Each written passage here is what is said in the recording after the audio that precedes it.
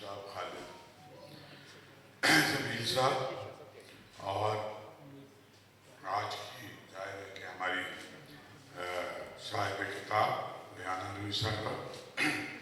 ویسے تو مالک صاحب کی تقریر کے بعد باقی کسی تقریر کی وہ خاص ضرورت باقی نہیں بچی ہے، لیکن صاحب بھائی ہیں ابھی اور ایسے جید لوگ بیٹھے ہیں. میں تو چونکہ میری بہن ہے اور بہت ہی آرٹس کاؤنسل کے ساتھ ان کا ایک مضبوط رشتہ ہے، اور وہ ہمارے عہد کی ایک نمائندہ شاعر ہیں.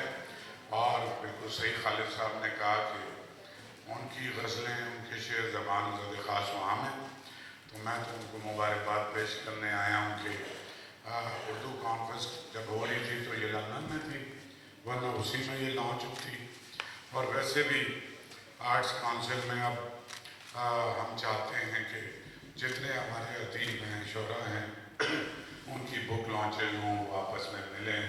مونا شاہ یہاں سامنے بیٹھی ہوئی ہیں، یہ بھی امریکہ سے تشریف لائی ہیں. 23 تاریخ کو آپ کا میرے خیال میں 23 تاریخ کو ان کی بھی ہے، عفت نوید کی بھی 21 کو ہے. ناصرہ آپ کی کب ہے؟ 24 تاریخ کو ناصرہ زبیری صاحبہ کی کتاب کی تقریب ہے. اس دفعہ خواتین کا ذرا کافی تعداد میں ہیں، اور یہ ریحانہ روئی سے شروع ہو گیا.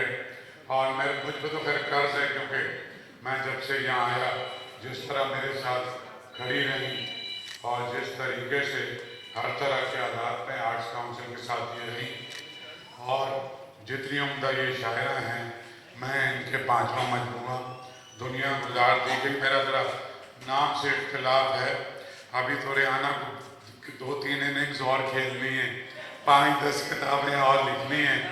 ہم سب کی دعا ہے کہ ابھی مزید ان کی کتابیں آئیں، مزید ان کی شہرت میں اضافہ ہو.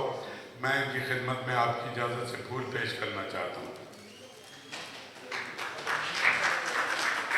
صدر آرٹس کاؤنسل محمد